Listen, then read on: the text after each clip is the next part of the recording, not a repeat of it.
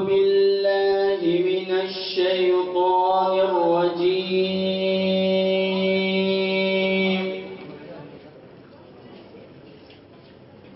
بسم الله الرحمن الرحيم.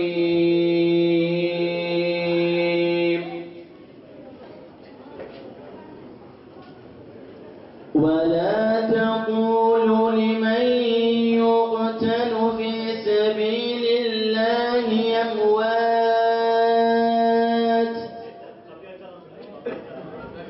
بل أحياء ولكن لا تشعرون.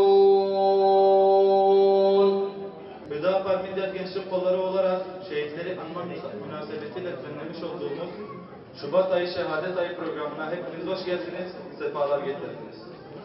Hepimizin malumudur ki şehitlik makamı peygamberlerin bile gıpta ettiği bir makamdır. Şehit olabilmek için şehitler gibi yaşamak gerekiyor. Yani şehit olabilmek için yaşantımıza, hal ve hareketlerimize dikkat etmemiz gerekiyor. İşin başında yaşantımızı Allah'ın bizden istediği yaşantıyla şekillendirmeliyiz. Midyat Hür Gençlik olarak aktif bir şekilde gençlerimizle sürekli bir araya geliyor ve Rabbimizin bizden istediği şekilde bir yaşam için gayret gösteriyoruz. Hür Gençlik olarak düzenlediğimiz gençlik buluşmalarında olsun, düzenlediğimiz farklı spor aktivitelerinde olsun, düzenlediğimiz konferanslarda olsun, gönlü güzel gençlerimizle bir araya geliyor ve toplumdaki ahlaki yozlaşmaya karşı yeni projeler üreterek toplumun ıslahı için gayret gösteriyoruz. Bunların sonucu olarak da temennimiz toplumda şehitler gibi yaşayan bireylerin artması ve buna bağlı olarak toplumdaki ahlaki yozlaşmanın önüne geçilmesidir. Midyat Hür Gençlik olarak büyüklerimizden isteğimiz bizleri yönlendirmeleri ve çalışmalarımıza destek vermeleridir ki başarıya daha doğru ve daha sağlam adımlarla ilerleyebilelim. Hükümranlık sürdürmek isteyenlere karşı Mısır'da Hasan el-Benna, İşte Seyyid Kutup ve bugünkü kahraman mirasçıları.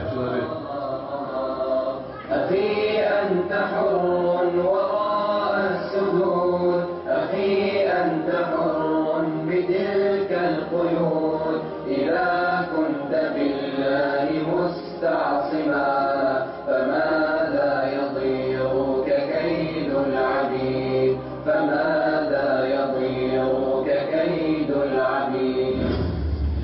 Libya'yı Ömer Muhtar'dan biliriz. Çeçenistan, Cevher Dudayev, Şamil Basayev ve Aslan Maşadovların kıyamıyla anılır. Selam olsun sana Çeçen şehidi, destanında titrek Kafkas dağları. Yıllardır görmedi böyle yiğidi, düşmür sarsını Kafkas dağları. İbrahim Hoca, Cemal, Susalı Bahadırlar ve Ziya ve Süleyman da Nurlu Kervan'ın takipçileriydiler.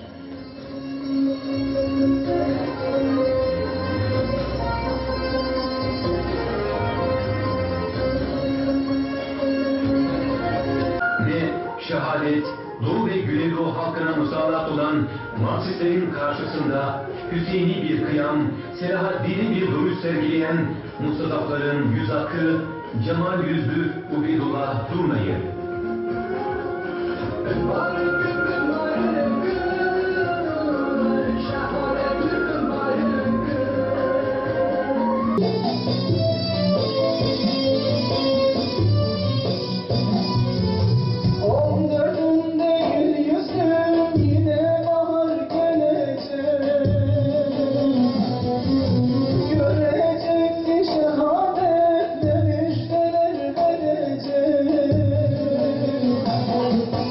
Canlı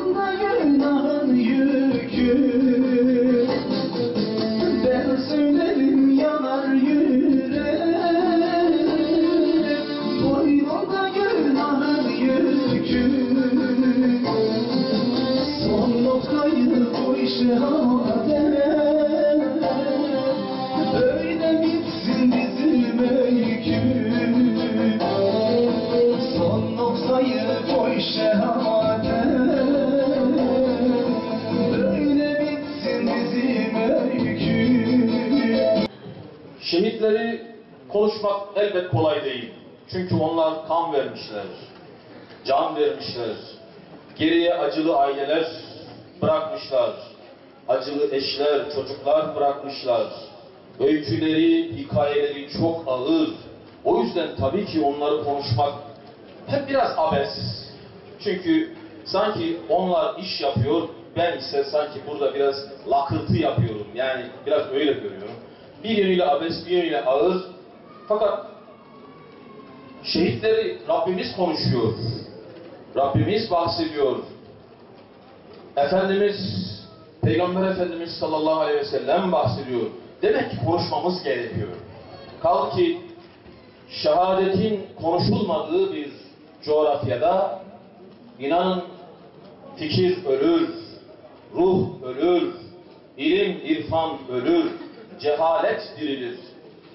Şehitlerin hatırlanmadığı bir diyarda tabii ki cesaret ölür, şecaat ölür, izzet ölür, korkaklık dirilir, miskinlik dirilir. Şehitlerin hatırlanmadığı bir memlekette tabii ki ittifak ölür, birliktelik ölür, uhuvvet, kardeşlik, muhabbet ölür, yerine ayrılık dirilir, ihtilaf dirilir ve hakeza ve hakeza. O yüzden şehadeti herhalde çokça konuşmamız lazım. Niye? Çünkü hiçbir tefsir şehadet kadar açıklayıcı değildir. Hiçbir ilaç toplumsal hastalıklarımıza, sosyal burhanlarımıza, yaralarımıza şehadet kadar etkili bir şifa vesilesi değildir. Hiçbir davet, hiçbir çağrı bir şehidin çağrısı kadar bizi çabuk uyandıramaz. Yine hiçbir mektep şehadet kadar öğretici değildir. Hiçbir mesaj şehadet kadar etkili değildir. Evet, şehitlerin sayesinde, onların verdikleri canlar sayesinde şu anda bu topraklarda başımız dik dolaşıyoruz. Şehitlerin inanın ödedikleri bedeller sayesinde şu anda bize Müslüman diyorlar. Şehitlerin verdikleri canlar sayesinde bu coğrafyada ezanlar okunuyor. Ve biz İslam diyoruz, Kur'an diyoruz, namaz, oruç, zekat, hac diyoruz. Ne varsa aslında bir yerde şehitlere borçluyuz. Allah hepsinden razı olsun. Şimdi dedik ya, şehitlerin attıkları bir başlık var. Başladıkları bir kitap var. Onlar ilk sayfasını yazdılar. Birkaç satırını yazdılar. Kanla yazdılar. Ve bize dediler ki gerisini siz yazın. Devamını siz yazın. Neyle yazın? İşte şu yaşadığınız memlekette çalışmalarınızla yazın. Çabanızla yazın. Gençlere sahip çıkarak yazın. Kur'an için, Allah Resulü'nün sünnet-i seniyyesi için bir şeyler yaparak yazın. Allah ve Resulü için meydanlarda, salonlarda toplanarak, bir araya gelerek yazın dediler. Evet, onlar bir başlık attılar, gerisini bize bıraktılar. Yazmak bizim elimizde ve yarın onların yüzüne bakmak da aslında bizim elimizde. Çünkü eğer onların bıraktığı kitabı biz devam ettirmezsek, onların yazdığı cümleyi biz tamamlamazsak, yarın onların yüzüne herhalde bakamayız gibi geliyor.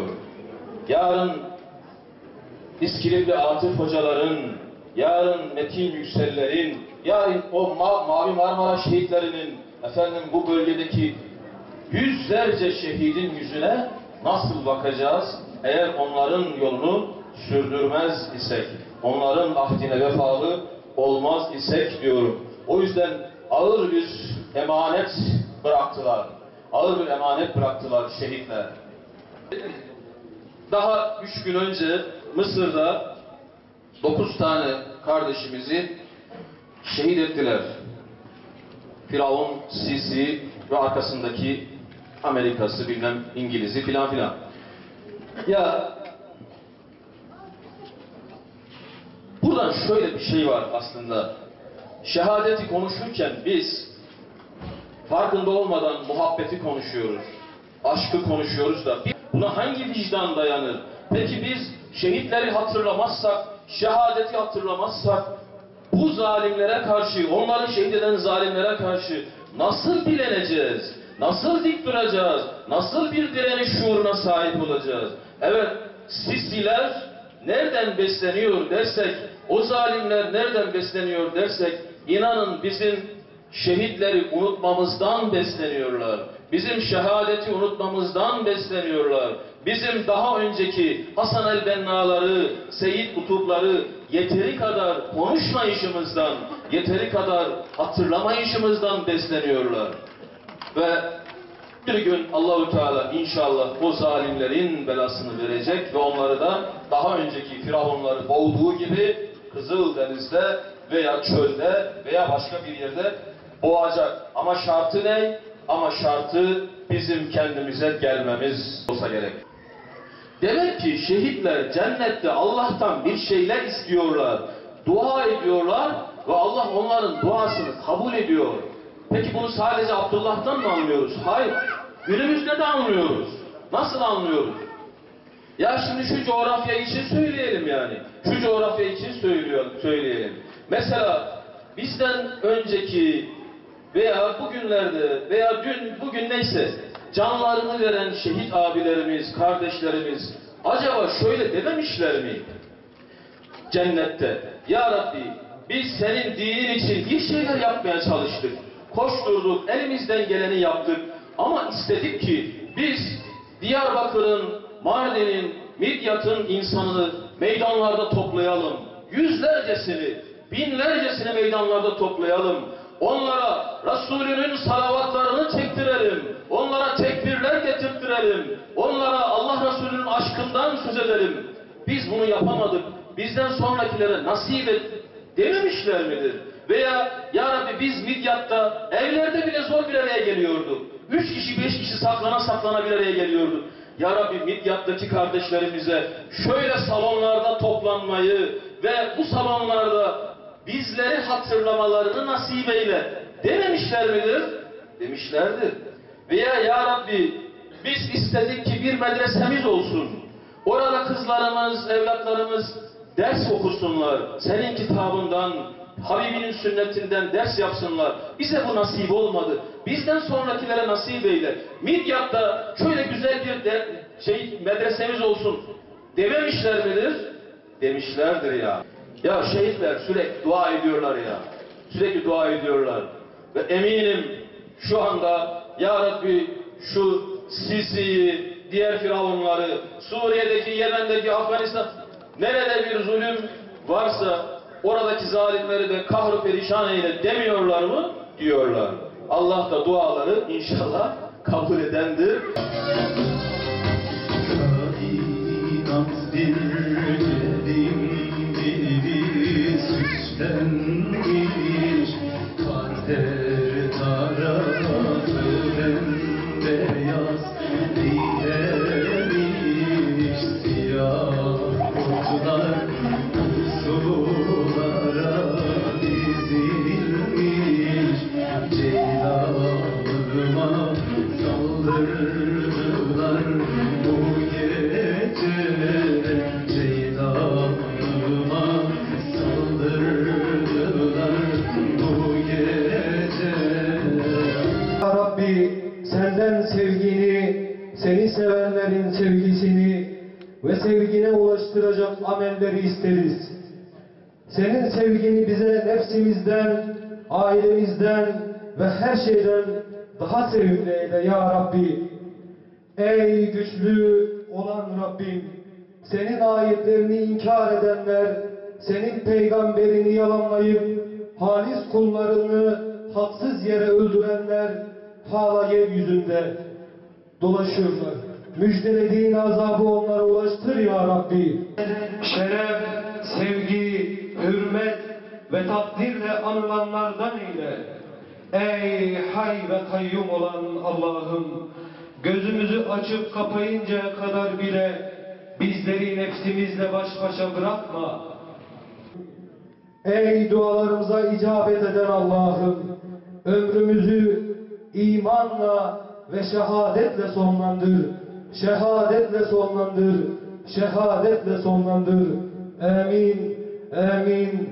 Velhamdülillahi Rabbil alemin. Sübhane Rabbike Rabbil İzzeti amma yasifun. Ve selamun alel mursalin. Ve hazurin. Lillahi Teala el-Fatiha ma'a salavat.